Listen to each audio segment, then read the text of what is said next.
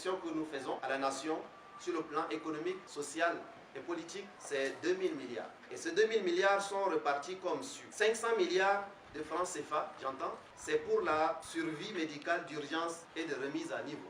Parce qu'il faut des gants, parce qu'il faut des masques, parce qu'on ne peut pas se contenter d'avoir pour 1 284 000 km² un seul centre à Farsha qui va évaluer les gens. Et si on installait au moins un centre par province, ça va faire un coût. Certains partenaires peuvent appuyer en termes de ressources, en dons, etc. Il y a des dons qui sont faits ici et là. L'aspect le plus important aussi, c'est la relance économique et l'accompagnement social. Nous avons proposé un plan de 800 milliards de francs CFA qui est reparti à concurrence de 400 milliards de francs CFA pour les entreprises et les banques.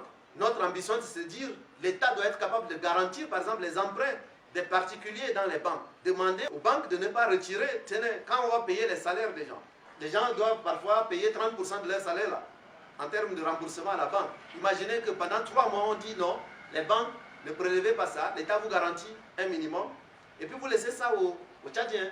Mais ils vont utiliser ça pour les consommations, pour acheter les biens de première nécessité, etc. Donc ça, nous avons évalué à 400 milliards de francs CFA. Nous avons appelé le plan mortier.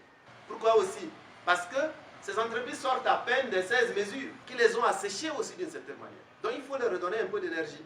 Et ensuite 300 milliards. Les 300 milliards, c'est quoi? C'est l'assistance et l'accompagnement des ménages. Je dois dire que c'est un des aspects les plus importants. Concrètement, il s'agit de faire quoi? Il s'agit de dédier 300 milliards de francs CFA pour aider nos foyers qui souffrent en réalité. Donc, ce que nous avons proposé, c'est plutôt d'ouvrir des centres dans les quartiers. Imaginez, j'amène à 74 quartiers, 10 arrondissements. On ouvre par arrondissement, par quartier, des centres de distribution des biens de première nécessité, les céréales, etc., qui sont subventionnés, mais qui sont rachetés en amont par l'État. Une partie aussi de ces 300 milliards de francs CFA, c'est la consommation d'électricité. Sur 16 millions de Tchadiens, il n'y en a que moins d'1 million qui a accès à l'électricité. C'est à peine moins de 100 000 ménages, une soixantaine de milliers de ménages pour tout le Tchad. C'est absolument rien du tout.